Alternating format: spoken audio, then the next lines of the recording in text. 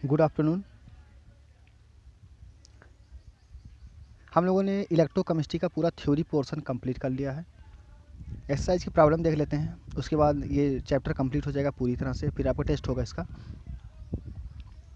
पहला क्वेश्चन है, arrange the following metals in order of in which they displaced each other from the solution of their salts. दे क्या रखा है? Al, copper, ferrous, mercury और zinc. Al, aluminium,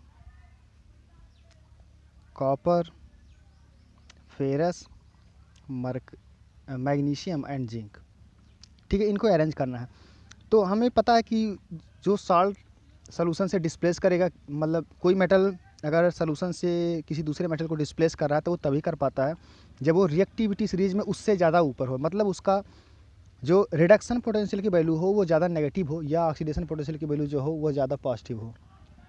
ठीक है, तो अगर देखें तो केदारनाथ माली वो जो हम लोगों ने याद कर रखा है उतने से ही मेरा काम बन जाएगा, लेकिन उतना ही याद रखना चाहिए आपको हमेशा। बाकी सबका तो गिवन होता है, उससे हम कंपेयर कर लेंगे। तो क्या था हमारा? केदारनाथ का माली आलू जरा फीके पकाता है। यहाँ तक हो गई बात। इसके नीचे हमारा क्या था? इसके नीचे था कॉपर, फिर क्या था आपका? मरकरी, फिर कौन सा था? Silver, gold, platinum. तो ये आपका केदारनाथ का माली आलू जरा फीका पकाता है, ये रहा आपका रिएक्टिविटी सीरीज। सबसे ज़्यादा रिएक्टिव ये है, ये मतलब डिक्रीजिंग ऑर्डर में है देयर रिएक्टिविटी। ठीक है, तो अब इन चारों को अगर मैं कंपेयर करना तो जो सबसे ऊपर होगा वो बहुत आसानी से क्या करेगा? उसको डिस्प्लेस कर देगा किसी मेटल को जो उसके नीचे हैं। Order to which given metals displace each other. तो सबसे ज़्यादा कौन सा करने वाला है? सबसे ऊपर कौन सा है इसमें से सबसे ऊपर देखो मैग्नीशियम है, फिर कौन सा होगा? नहीं, मैग्नीशियम है, फिर कौन सा है? एल्यूमिनियम है। तो magnesium is more reactive than aluminium. ठीक है, और फिर उसके बाद किसका नंबर आएगा? एल्यूमिनियम के बाद जिंक या फेरस? पहले जिंक आएगा और फिर कौन सा आएगा? फेरस आएगा, और फिर सबसे लास्ट में कौन सा आने वाला है? आपका कॉपर। तो ये रहा सीरीज, जिस ऑर्डर में वो क्या करेंगे? एक दूसरे को डिस्प्लेस करने वाले हैं। तो आप देख ले लो, आसानी से कर सकते हो। यहाँ पे देखो ऑर्डर दे रखा है, मैग्नीशियम,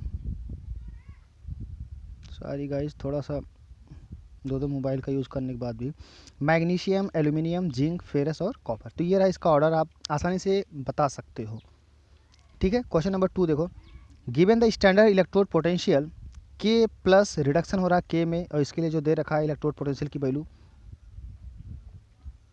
वो दे रखा है -2.93 Ag का दे रखा है। ठीक है, Hg का दे रखा है, Mg का दे रखा है और क्रोमियम का दे रखा है। ठीक है, इन सब में देखो सबका क्या दे रखा है? रिडक्शन पोटेंशियल की वैल्यू गिवन है।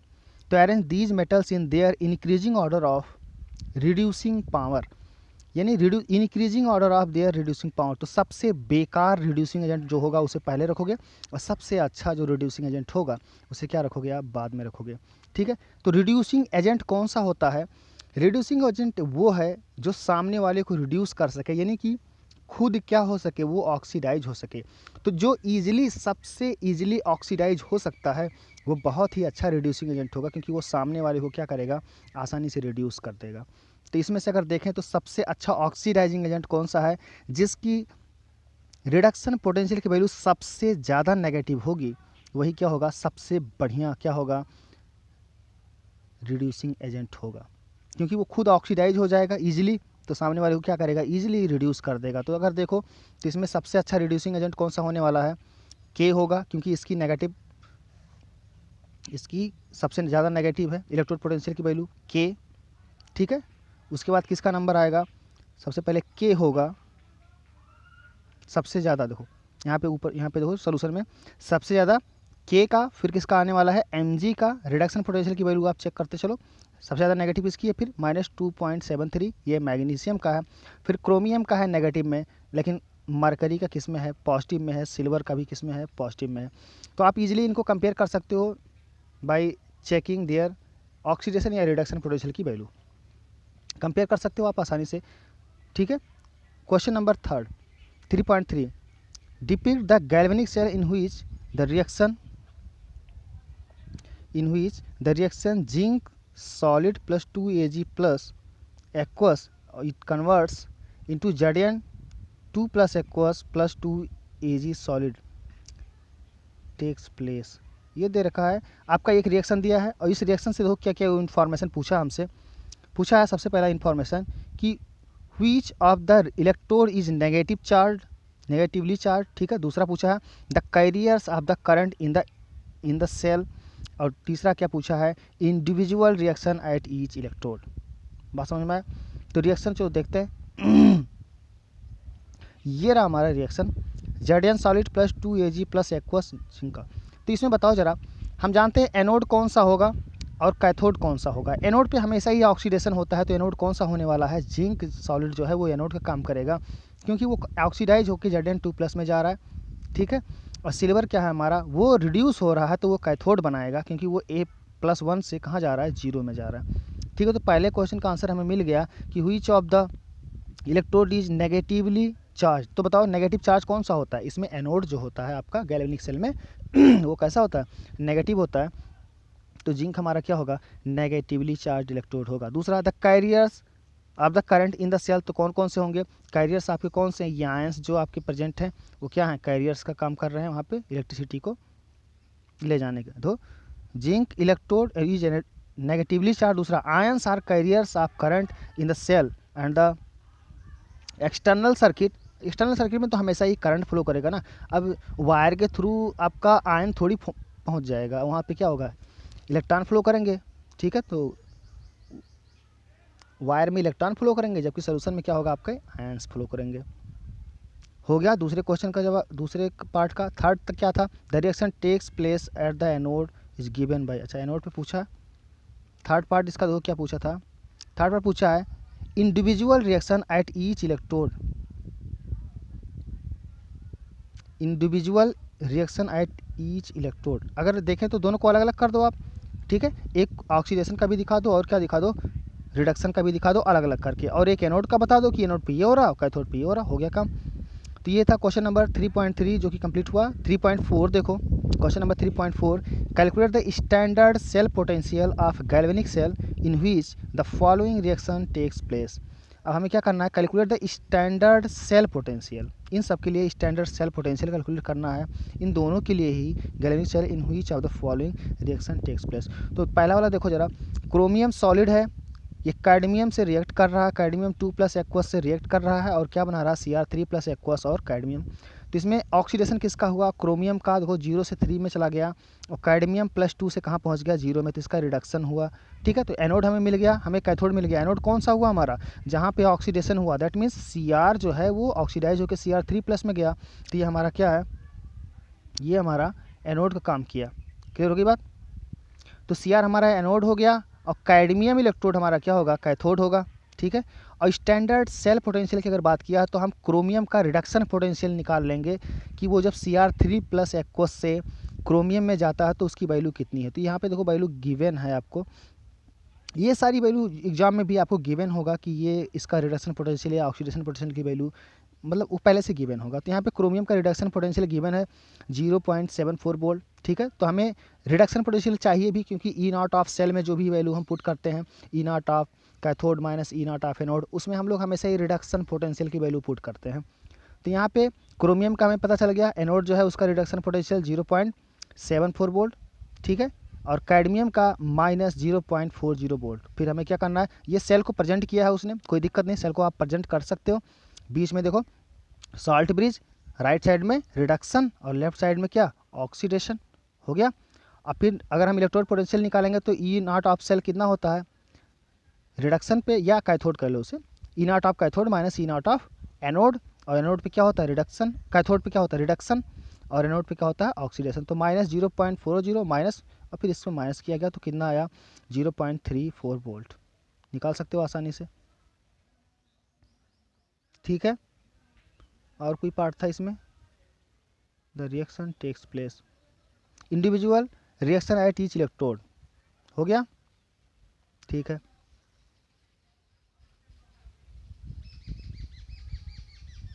हम लोगों ने दूसरा क्वेश्चन डिस्कस किया है शायद, देख लेना एक बार। इस केस में इस वाले क्वेश्चन में ये तो सब हो गया था ना, individual reaction I T electro दोनों को अलग अलग कर दोगे और ये आपका सेल प्रेजेंट कर दिया आपने, ठीक है। एनोड पे बता सकते हो क्या हो रहा है, कैथोड पे बता सकते हो क्या हो रहा है, कोई दिक्कत नहीं है। अगला क्वेश्चन देखो, ये था आपका, ये हम लोग देख रहे थे, क्रोमियम का मिल गया और किसका मिल गया, कैडमियम क्या मिल गया, सेल प्रेजेंट हो गया और क्या हमने निकाल लिया, ई नॉट ऑफ सेल निकाल लिया। शायद Gibbs standard Gibbs free energy भी पूछा है, तो डेल्टा जी नॉट बराबर क्या होता है, minus n F E not of cell, सारी वैल्यू पुट कर दो।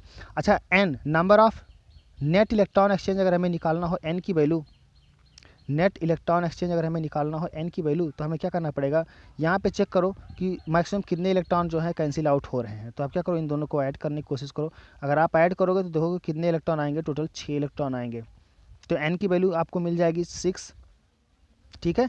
एफ की वैल्यू आपको पता है, वो तो फैराडे कांस्टेंट है 96500, यहाँ पे 96487 दे रखा है, वास्तव में ये एग्जैक्ट वैल्यू है इसकी, लेकिन हम लोगों ने इसे अप्रॉक्सीमेट कर लिया है 96500, ठीक है। सारी वैल्यू पुट करो तो आपको क्या मिल जाएगा, डेल्टा जी, और डेल्टा जी की यूनिट क्या होगी, मोल जूल पर मोल। आप इसे कुल जूल में चेंज करो, जूल पर मोल आएगा, क्योंकि ये क्या है, फ्री एनर्जी है पर मोल, एटम जो भी है वहाँ पे निकल जाएगा। पहले क्वेश्चन तो पूरा पढ़ लेते हैं। कैलकुलेट द डेल्टा, ये दोनों के लिए अलग अलग करना है हमें। Calculate the delta G not and equilibrium constant of the reaction, equilibrium constant भी हमें निकालना था। तो ये समझ में आ गया, यहाँ तक समझ में आ गया। डेल्टा जी सब फॉर्मूले बेस्ड हैं, बस आपको सारी वैल्यू पुट करनी है, सारी यूनिट ध्यान रखनी है और कुछ भी नहीं करना है आपको, ठीक है। अगला, डेल्टा जी बराबर होता है माइनस आर टी लॉग के, तो डेल्टा जी हमें निकल गया है, इससे आप रिलेट कर सकते हो उसको, या आप इससे नहीं रिलेट करना चाहते डेल्टा जी से, तो आप ई नॉट से रिलेट कर सकते हो, जो पिछला हम लोगों ने डिस्कस किया था, थ्योरी में मिल जाएगा आपको ये रिलेशन। तो delta G is equal to minus R T L N K, यहाँ से हमें क्या निकालना है, के निकालना है। सारी वैल्यू हमने डेल्टा जी फाइंड आउट कर लिया, आर हमें पता होता है, ठीक है, टी हमें पता होता है, केल्विन में टेम्परेचर दे रखा है यहाँ पे। तो सारी वैल्यू आप पुट करोगे, सारी वैल्यू आप पुट करोगे तो आपको क्या मिल जाएगा, यहाँ से लॉग के की वैल्यू मिल जाएगी, और फिर के निकालने के लिए आपको क्या करना पड़ेगा, एंटी लॉग। ये सारी वैल्यूज आपको गिवन होगी, जो भी एंटी लॉग ये सारी प्रॉब्लम होती है, या तो आपको लॉग टेबल दिया जाएगा, और या तो ये वैल्यू पहले से ही आपके एग्जाम में मेंशन कर दी जाएगी कि इतने की एंटी लॉग की वैल्यू इतना होता है, ठीक है। तो कोई दिक्कत नहीं होगा। तो देख लेना ये क्वेश्चन सब, ये सारे क्वेश्चन जो हैं फार्मूले बेस्ड हैं सबके सब, इसमें कोई भी कॉन्सेप्ट नहीं है। जो थोड़ा सा कॉन्सेप्ट था वो आप जानते हो पहले से ही, कि रिडक्शन का ये सारी चीज़ें, कि ऑक्सीडेशन कब होगा, नेट इलेक्ट्रॉन एक्सचेंज क्या होता है, delta G equal to minus n F E not of cell होता है, इसमें क्या क्या चीज़ें हैं, वो सारी चीज़ें, ठीक है। तो यहाँ पे एंटी लॉग आपने, फिर ये दूसरे के लिए, दूसरा जो हमारा इक्वेशन था उसके लिए है, दूसरा इक्वेशन जो था उसके लिए भी आप ई नॉट ऑफ सेल निकालोगे, फिर से इसमें एनोड और कैथोड पहचानोगे। पहले तो इस वाले में एनोड और कैथोड पहचानोगे, तो कौन सा एनोड होगा कौन सा कैथोड होगा, ये रहा फेरस और सिल्वर। अब इसमें फेरस देखो, फेरस क्या हुआ है, ऑक्सीडेशन होगा, +2 से +3 गया तो ये एनोड बनाएगा, और सिल्वर हमारा क्या बनाएगा, ये कैथोड बनाएगा। तो हो गया, सिल्वर का निकाल लो आप रिडक्शन पोटेंशियल की वैल्यू, और Fe2+ Fe3+ में जा रहा है, इसका रिडक्शन पोटेंशियल की वैल्यू निकाल लो। ई नॉट ऑफ सेल निकल जाएगा वहाँ से आपको, ई नॉट सेल आपका निकल गया। उसके बाद आप क्या निकालोगे, नेट इलेक्ट्रॉन एक्सचेंज, तो कितना आएगा, वो 1 इलेक्ट्रॉन आएगा इस केस में, आप उसे निकाल लोगे। और उसके बाद क्या करोगे, डेल्टा जी निकाल लोगे, minus n F E not of cell, सारी वैल्यू पुट करके, और फिर क्या करोगे, उसे डेल्टा जी को आप चाहो तो delta G is equal to क्या होता था, minus R T L N K, फिर से फार्मूले में रखोगे तो वहाँ से एल एन के आएगा, फिर से आप एंटी लॉग लोगे के का, तो वहाँ से मिल जाएगा आपका के की वैल्यू, यानी कि इक्विलिब्रियम कांस्टेंट। तो कर लेना, ये हो जाएगा क्वेश्चन। आप करोगे, मैं सिर्फ एक्सप्लेन कर रहा हूँ क्वेश्चन को, आप करोगे इन सारे ही क्वेश्चन को और अच्छे से कैलकुलेट भी करोगे, ठीक है। नेक्स्ट क्वेश्चन देखो, write the Nernst equation and EMF of the following cell. इसमें 1 2 3 4 टोटल कितने सेल दे रखे हैं, 4, टोटल 4 सेल दे रखे हैं। इनका क्या लिखना है आपको, नर्स्ट इक्वेशन लिखना है, इन सब पे नर्स्ट इक्वेशन अप्लाई करना है। तो कर दो नर्स्ट इक्वेशन, हमें पता होता है पहले से क्या होता है, E of cell is equal to E not of cell minus 0.0591 divide by n log, और इस ऊपर क्या रहेगा, ऊपर रहेगा प्रोडक्ट का और नीचे क्या रहेगा, रिएक्टेंट का। तो इस वाले में देखो, इसको अगर इक्वेशन को पूरा लिखोगे आप तो प्रोडक्ट की साइड में कौन कौन से आने वाले हैं, एक तो कॉपर सॉलिड आएगा और दूसरा क्या आएगा Mg2+ आएगा, और रिएक्टेंट साइड में क्या आएंगे Cu2+ आएगा और क्या आएगा Cu2+ आएगा और Mg सॉलिड आएगा। अब करके देखोगे ना, इसे एनोड बनाओगे इसे कैथोड, दोनों को क्या करोगे ऐड करोगे, नेट इलेक्ट्रॉन एक्सचेंज 2 आएगा इस केस में। तो आप आसानी से इसके लिए क्या कर सकते हो, नेक्स्ट इक्वेशन लिख सकते हो। Mg2+ का कंसंट्रेशन गिवन है यहाँ पे देखो 0.001 मोलर। तो आपको कुछ नहीं करना है, बस सारी वैल्यू पुट कर देना। ई नॉट ऑफ सेल कहाँ से निकालोगे, E not of cell standard value से निकालोगे, जो Mg2+ या Mg2+ जो है रिड्यूस होकर Mg सॉलिड में जाएगा। आप टेबल को देख के, जो एनसीईआरटी बुक में दे रखा है उस टेबल को देख के स्टैंडर्ड वैल्यू पे Mg2+ का रिडक्शन पोटेंशियल चेक करोगे। तो वो यहाँ पे दे रखा है, तो ई नॉट ऑफ एनोड और ई नॉट ऑफ कैथोड करके हम क्या करेंगे, निकाल लेंगे ई नॉट ऑफ सेल। समझ में आई बात। इसी सेम चीज़ के लिए बशर्ते वहाँ पे मोलरिटी 1 होगी, ध्यान रखना वो स्टैंडर्ड वैल्यू जो टेबल में दे रखा है बुक में वो यूज़ करोगे आप यहाँ पे। तो आपको ई नॉट ऑफ सेल मिल जाएगा, उसकी वैल्यू है 0.34 माइनस ये पूरा है, और फिर minus 0.0591 divide by 2 net electron exchange कितने हैं 2, फिर लॉग, और इन सब का कंसंट्रेशन दे रखा था Mg2+ का दिया है और Ca2+ का दिया है। तो हम आसानी से क्या कर सकते हैं, ये वैल्यू पुट कर देंगे यहाँ पे और इसे सॉल्व कर लेंगे, फिर हमारा आंसर आ जाएगा। ऐसे दूसरे के लिए करोगे। नेक्स्ट इक्वेशन बहुत आसान सा है, E of cell equal to क्या होता है ई नॉट ऑफ सेल। फिर से वही चीज़ देखो ई नॉट ऑफ सेल, अब E not of cell standard value से कैलकुलेट करेंगे हम लोग, क्योंकि यहाँ पे हाइड्रोजन इन्वॉल्व है उसका 0 है। देखो रिडक्शन पोटेंशियल ये आपका क्या है फेरस या कुछ होगा, कौन सा है सेकेंड, हाँ फेरस है। देखो फेरस का कितना है 0.44। तो आप चेक कर लोगे, वो सारी वैल्यू आप रखोगे, जैसे एक हुआ है वैसे सब के सब हो जाएंगे। तो ये चारों ही प्रैक्टिस कर लेना, ताकि ये फॉर्मूला जो है आपका E of cell is equal to E not of cell minus this one, ये पूरी तरह से क्लियर हो जाए। और ये चीज़ लिखना क्यू लिखना आप सीखो, क्वोशिएंट फैक्टर जिसे बोलते हो आप, इसको लिखना सीख लो। कोई ज़रूरी नहीं कि हर बार ये ऐसे ही आएगा, अगर रिएक्शन चेंज है तो वहाँ पे स्क्वायर या क्यूब भी होगा। देखो यहाँ पे स्क्वायर हुआ है नीचे वाले का, समझ रहे हो बात को। तो वो क्यू फैक्टर आप लिखना जानते हो, क्योंकि हम लोग इक्विलिब्रियम पढ़ चुके हैं ना, उसमें हमने देखा है कैसे इसको लिखते हैं, कब स्क्वायर होता है कब क्यूब होता है वो सारी चीज़ें। तो आप बस सारी वैल्यू पुट करो और इस क्वेश्चन का आंसर ले लो, ठीक है। ऐसे फोर्थ क्वेश्चन भी हो जाएगा हमारा। और इन सब की वैल्यू वो ई नॉट ऑफ सेल निकालने के लिए आप उस टेबल का यूज करोगे जो एनसीईआरटी बुक में दे रखा है। ध्यान रखना कि एग्जाम में ये चीज़ दे रखा होगा पहले से ही, वहाँ पे तो बुक होगी नहीं, लेकिन ये वैल्यू वहाँ पे क्या होगा गिवन होगा आपको, इसलिए बहुत ज़्यादा आप बस फार्मूला याद करने की कोशिश करो, ये फार्मूले कैसे है और कैसे यूज़ कर रहे हो आप इनका। नेक्स्ट क्वेश्चन देखो हमारा क्या है, in the button cell widely used in watches and other devices the following reaction takes place. हम लोग देख चुके हैं इसको कि क्या होता है इसमें। तो ये रहा जिंक होता है, जिंक का अमलगम था याद हो अगर, तो जिंक होता है वो ऑक्सीडाइज होता है, अमलगम उसका कुछ काम है नहीं। Zn2+ में 2 इलेक्ट्रॉन, इसका ई नॉट ऑफ सेल दे रखा है, रिडक्शन का है ई नॉट ऑफ सेल 0.76 वोल्ट। ध्यान रखो कि ये आपका रिडक्शन का दे रखा है ना, नहीं ऑक्सीडेशन का दे रखा है, ये ऑक्सीडेशन का ई नॉट ऑफ सेल दिया है, ठीक है। क्योंकि रिडक्शन का जिंक हाइड्रोजन के ऊपर है तो इसका नेगेटिव आएगा, तो यहाँ पे पॉजिटिव दे रखा है, इसका मतलब क्या हुआ ये ऑक्सीडेशन की वैल्यू दे रखा, ठीक है, ऑक्सीडेशन की वैल्यू दे रखा है। जिंक का ऑक्सीडेशन पोटेंशियल की वैल्यू 0.76 वोल्ट है। अब सिल्वर का देखो Ag2O वाटर 2 इलेक्ट्रॉन, ये रिड्यूस हुआ सिल्वर में, ठीक है। इसका इस प्रोसेस के लिए जो ई नॉट ऑफ सेल है इसको भी देखोगे आपको बुक में मिल जाएगा ये सारी वैल्यू। फिर मैं कह रहा हूँ कि इसे याद करने की हमें ज़रूरत नहीं है, ये गिवन होगा आपको। तो 0.344 वोल्ट ये मिल गया हमें दोनों का, ये हमारा एनोड हो गया, हमारा कैथोड हो गया नीचे वाला। अब दोनों का नेट सेल रिएक्शन निकालना, दोनों को ऐड करो, 2 इलेक्ट्रॉन, नेट इलेक्ट्रॉन एक्सचेंज कितने आएंगे 2 इलेक्ट्रॉन आएंगे, दोनों ही क्या हो जाएंगे कट जाएंगे, ठीक है। अब ई नॉट ऑफ सेल निकालना है हमें, डेल्टा जी निकालना है, ये सारी चीज़ें निकालनी है।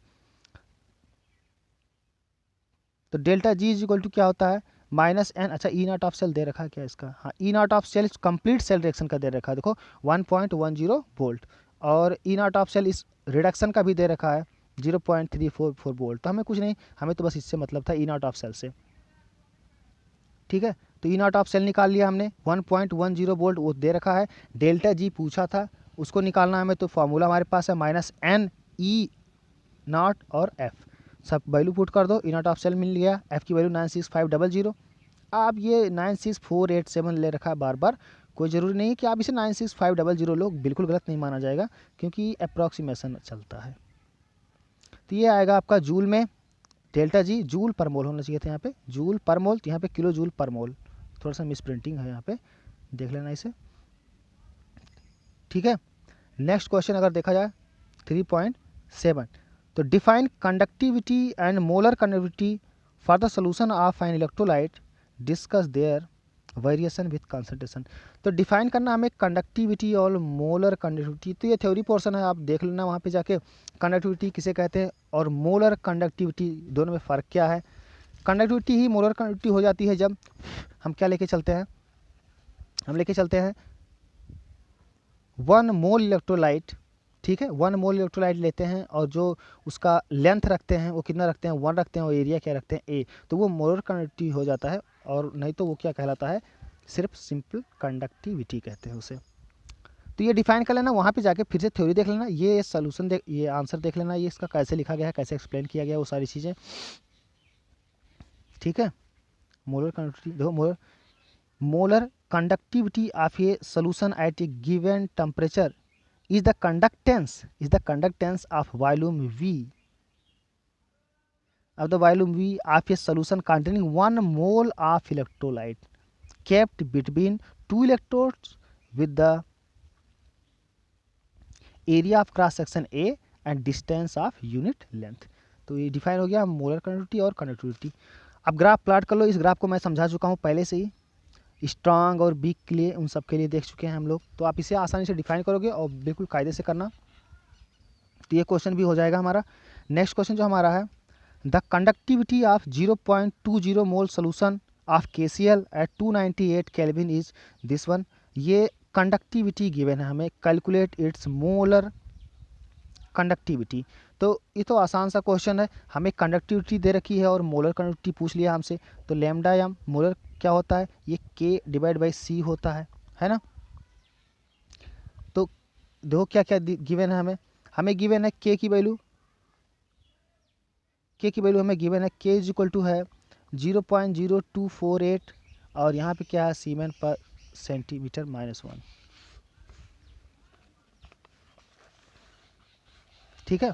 K मिल गया हमें, कंसंट्रेशन भी गिवन है हमें, कंसंट्रेशन कितना है 0.20 मोलर सोल्यूशन है KCl का, सब कुछ गिवन है, सारी वैल्यू पुट करो, लेकिन ध्यान रखना कि ये जो आपकी यूनिट है दिस वन, ये सीमेन सेंटीमीटर -1 में है, ये वाली सीमेन सेंटीमीटर -1 में है, लेकिन ये किस में है, मोल पर लीटर में। मोलरिटी हमेशा ही मोल पर लीटर में निकाली जाती है, यानी कि हम लोग यहाँ पे क्या, मोल पर लीटर अगर वैल्यू पुट करेंगे तो जो वॉल्यूम की यूनिट है वो क्या हो जाएगी, लीटर हो जाएगी, जबकि क्या होनी चाहिए, सेंटीमीटर क्यूब होनी चाहिए, cm क्यूब होनी चाहिए। यहाँ पे सेंटीमीटर है ना, तो यहाँ भी सेंटीमीटर होना चाहिए, और इसके लिए हम क्या करते हैं, ध्यान रखना कि जब ये कंसंट्रेशन मोल पर लीटर में गिवन हो और ये आपका K सीमेन पर सेंटी हो, यही हम लोग ज़्यादा यूज़ करते हैं, सेंटीमीटर -1 वाला ज़्यादा यूज होता है, मीटर -1 के लिए बहुत कम यूज होता है पूरे बुक में, या आपके से क्वेश्चन अगर पूछा जाएगा तो ध्यान रखना K की जो यूनिट मिलने वाली है आपको, वो सीमेन पर सेंटीमीटर मिलने वाला है।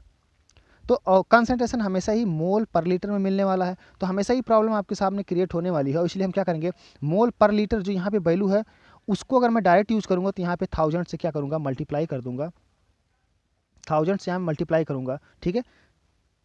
अगर हम 1000 से मल्टीप्लाई कर देंगे तो ये यहाँ पे जो मोल पर लीटर था वो किस में चेंज हो जाएगा, सेंटीमीटर क्यूब में चेंज हो जाएगा, सिर्फ 1000 से मल्टीप्लाई करने पे। तो डायरेक्ट आप फार्मूला ही यूज़ करना, यहाँ पे जो फार्मूला है ये, यहाँ पे आप 1000 से मल्टीप्लाई कर लो, 1000 से मल्टीप्लाई ही कर लो। अब ध्यान दो कि जो कॉन्सेंट्रेशन आप पुट करेंगे वो किस में पुट करेंगे, मोल पर लीटर में पुट करेंगे, जो K की वैल्यू पुट करने वाले हैं वो किस में, सीमेन और सेंटीमीटर -1 में, ठीक है, सेंटीमीटर -1 में, बस हो गया। जब भी कंसंट्रेशन हमेशा ही हमें मोल पर लीटर में ही गिवन होगा, ये तो फिक्स है, तो बस आसानी से सारी वैल्यू पुट कर दो, मोलर कंडक्टिविटी आ गई। तो lambda m is equal to K की वैल्यू हमें गिवन है 0.0248, ठीक है, डिवाइडेड बाई कितना, 0.20, ये कंसंट्रेशन है इसका मोल पर लीटर में, और क्योंकि सेंटीमीटर क्यूब में मोल पर लीटर में ही गिवन होगा हमेशा, तो हम क्या करेंगे, 1000 से मल्टीप्लाई करेंगे, जो भी होगा वो हमारा आंसर हो जाएगा, और इसका क्या होगा, वो लिमिटिंग मोलर कंडक्टिविटी। और इसकी यूनिट क्या आएगी, इसकी यूनिट वेरी वेरी इंपॉर्टेंट, सीमेन और क्या, सेंटीमीटर स्क्वायर और पर मोल। ध्यान रखना कि अब ये सीएम में चेंज हो जाएगा। यूनिट आप एक बार फिर से देख लेना उन सारी चीज़ों का। Unit very very important for this topic. Electrical जो भी है, इलेक्ट्रिकल पैरामीटर्स हैं हमारे इलेक्ट्रोकेमिस्ट्री में, ये बहुत ही इंपॉर्टेंट है। ठीक है, इसकी यूनिट। तो कहाँ तक हो गया? क्वेश्चन नंबर 2 सॉल्व करोगे। 1000 से मल्टीप्लाई किया है, एक मिनट, जस्ट 1 मिनट, फोकस। हाँ, 1000 से मल्टीप्लाई किया है और 0.2 से डिवाइड किया है, तो ये रहा हमारा आंसर। नेक्स्ट क्वेश्चन है, the resistance of a conductivity cell containing 0.001 molar KCl solution at this temperature दे रखा है इज। ये रेजिस्टेंस दे रखा है, ये क्या कंडक्टिविटी है तो महो में होना चाहिए, गलत दे रखा, देखो। The resistance of a conductivity cell, सही है, रेजिस्टेंस दे रखा है कितना, 1500 ohm. What is the cell constant if conductivity of इतना molar KCl solution at 298 kelvin is this one. ये क्या दे रखा है? सेल कांस्टेंट हमसे पूछा और हमें क्या दे रखा है? कंडक्टिविटी दे रखा है सेम कंसंट्रेशन पे, सेम टेम्परेचर पे। तो कुछ नहीं, एक फार्मूला था हमारे पास, याद होगा तो। कंडक्टिविटी के लिए फार्मूला क्या था हमारे पास? कंडक्टिविटी के लिए फार्मूला नहीं बल्कि K इज इक्वल टू, हाँ बिल्कुल, K इज इक्वल टू क्या था? G इंटू जी स्टार, अगर याद हो। और ये G स्टार हमारा क्या था? Cell constant. तो यही हमसे पूछा है G स्टार की वैल्यू, तो ये क्या हो जाएगा? K divide by G। K की वैल्यू गिवन है, G कंडक्टेंस, कंडक्टेंस का यूनिट क्या होता है? महो होता है। आप आसानी से इसे रख सकते हो 1/1500 कर लेना, क्योंकि ये महो में आएगा। ये इनवर्स ऑफ रेजिस्टेंस होता है, 1/r को ही हम लोग क्या बोलते हैं? G बोलते हैं। ठीक है, तो G हमें यहाँ पे पुट कर देना, महो में ओम ही रखना, मतलब महो रखना, MHO, महो, ओम इनवर्स जिसे आप बोलते हो। और K की वैल्यू हमें गिवन है, K की वैल्यू कितनी है? K की वैल्यू है, देखो,